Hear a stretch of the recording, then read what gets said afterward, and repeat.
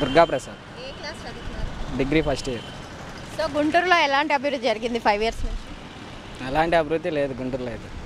So next CM ఎవరు వస్తే అభివృద్ధి జరుగుతుంది అనుకుంటున్నారు? చంద్రబాబు గారు వస్తేనే జరిగిద్ది అనుకుంటున్నాను. సో ఎందుకు చంద్రబాబు వస్తే జరుగుతుంది అనుకుంటున్నారు? ఇంతకుముందు హైదరాబాద్లో బాగానే అభివృద్ధి చేయించాడు, జాబులు వచ్చాయి ఇంతకుముందు. ఇప్పుడు 5 ఇయర్స్ నుంచి జాబ్స్ ఏం లేవు కాబట్టి చంద్రబాబు గారు వస్తేనే బాగుంటుంది అనుకుంటున్నాను. సో గుంటూరు ఎంపీ అభ్యర్థిగా వైఎస్ఆర్సీపీ తరపున కిలా రోసే గారు ఉన్నారు, టీడీపీ అభ్యర్థి పెమ్మసాని చంద్రశేఖర్ గారు ఉన్నారు. వీళ్ళిద్దరు ఎవరు వస్తే గుంటూరు అభివృద్ధి జరుగుతుంది? పెమ్మసాని చంద్రశేఖర్ గారు వస్తేనే అభివృద్ధి ఉంది. సో ఎందుకు పెమ్మసాని వస్తే జరుగుతుంది అనుకుంటున్నారు? ఎందుకంటే వెనకాల చంద్రబాబు గారు ఉన్నారు కదా. Okay, thank you. నా పేరు మహేశ్వరి అండి. అమరావతి రోడ్డు కొండాయి కాలనీ 3వ లైను మున్సిపాలిటీ గురించి మాట్లాడుతున్నామండి. ఇక్కడంతా చెత్త అలానే ఉంటుంది, అసలు తీసివేరు. బాగా దోమలు, మురుగుడు వాసన, రోడ్డు మీద ఆవులు నిలబట్టము, అవంతా రోడ్డుకి అడ్డంగా ఉండి ట్రాఫిక్ జామ్ అవటము, బాగా జ్వరాలు, టైఫాయిడ్, మలేరియా, డెంగ్యూ అనే సమస్యలు మేము బాగా ఫేస్ చేస్తున్నామండి. అలానే కంప్లైంట్ చేస్తారా? మున్సిపాలిటీకి కంప్లైంట్ అనేది మేము చేయలేదండి. అంటే ఇక్కడ చెత్త వాళ్ళు మున్సిపాలిటీ వాళ్ళు వస్తారుగా, వాళ్ళే కావాలని ఇక్కడ చెత్త తీసుకొచ్చేస్తారు, బళ్ళు కూడా ఇక్కడ అడ్డంగా పెడతారు. అయితే డ్రైనేజీ కూడా మా ఏరియాలో లేదండి. ఈ సైడ్ కాలువలు కూడా సరిగ్గా ఫెసిలిటీ లేదు. మున్సిపాలిటీ వాళ్ళు కూడా రెగ్యులర్గా వచ్చి కాలువలు తీయటం అలాంటిది ఏమీ లేదండి. వారంలో ఒకసారి వస్తారు. అదేమని అడిగితే వాళ్ళే మా మీద వ్యతిరేకంగా మాట్లాడతారు సార్. సో నెక్స్ట్ ఏ గవర్నమెంట్ వస్తే మీకు అభివృద్ధి? ఈ 49వ డివిజన్ అండి ఇది. ఈ డివిజను ఇక్కడ కూడా ఆలోచిస్తున్నారు. ఈ 49వ వార్డులో ఏమాత్రం అభివృద్ధి ఇంతవరకు జరగలేదు. మరి నెక్స్ట్ గవర్నమెంట్లోనన్నా చేస్తారేమో.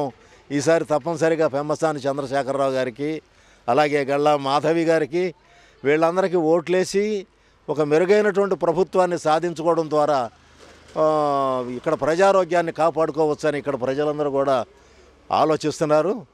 ఆ దిశగా అందరూ కూడా ఓట్లు వేయాలనే ఇప్పటికీ మేము చాలా చోట్ల తిరగటం జరిగింది. వాళ్ళందరూ కూడా ఈ ట్రాన్స్ఫర్ ఆఫ్ ఓట్, ట్రాన్స్పరేషన్ అనేది పరివర్తన, ఒక నిరంకుశమైన పార్టీకి ఓటు వేయటం ద్వారా మన అభివృద్ధిని మనమే నిరోధించుకున్నామని ప్రజలందరూ రియలైజ్ అయ్యి ఇవాళ ఒక బెటర్ గవర్నమెంట్ కోసం, ఒక మంచి ప్రభుత్వం కోసం ఆలోచన చేస్తూ ఇక్కడ ప్రజలందరూ కూడా మంచి స్టెప్ తీసుకుందామనే ఆలోచనలో ఉన్నారు. పెమ్మసాని చంద్రశేఖరరావు గారు గుంటూరు జిల్లా వాసి. ఆయన బాల్యం మొత్తం చదువుకోవటం ఇక్కడే. ఏదో 4-5 సంవత్సరాలు అమెరికాలో చదువుకోవడం కోసం కానీ దేనికొన్న కోసం కానీ వెళ్ళాడు. నాన్ రెసిడెంట్ అంటారు కానీ ఆయన రెసిడెంట్ ఆఫ్ ఇండియా. ఆయన లోకలే. మన జిల్లా బుర్రిపాలెం, వాళ్ళ స్వగ్రామం తెనాలి పక్కన ఉన్న బుర్రిపాలెం. ఆయన లోకల్ కాదనటానికి వేరే వాళ్ళకి ఎవరికి హక్కు లేదు. రోసయ్య స్థానికుడిగా గుంటూరు వాసా, లేకపోతే ఎక్కడి నుంచో వచ్చి గుంటూరులో స్థిరపడ్డా, లేకపోతే ఆయనకి వాళ్ళ బంధువులకి, వాళ్ళ మామగారులకి, వీళ్ళందరికీ రాజకీయ నేపథ్యం ఉన్నప్పటికీ కూడా మరి ఆయన పొన్నూరుకి ఎమ్మెల్యేగా చేస్తున్నాడు. మరి ఆ పొన్నూరు మరి నారా కోడూరు ఆ ప్రాంతంలో ఉన్నటువంటి మైన్స్ అన్నీ కూడా ఆయన వల్ల చెరపట్టబడినాయి అని, ఆయన దోపిడీ చేస్తున్నాడని, అక్కడ పేదల ఆస్తులన్నీ కొట్టేస్తున్నాడని చెప్పి ఆయన మీద తీవ్రమైనటువంటి దుమారం ఈ మధ్య వచ్చింది.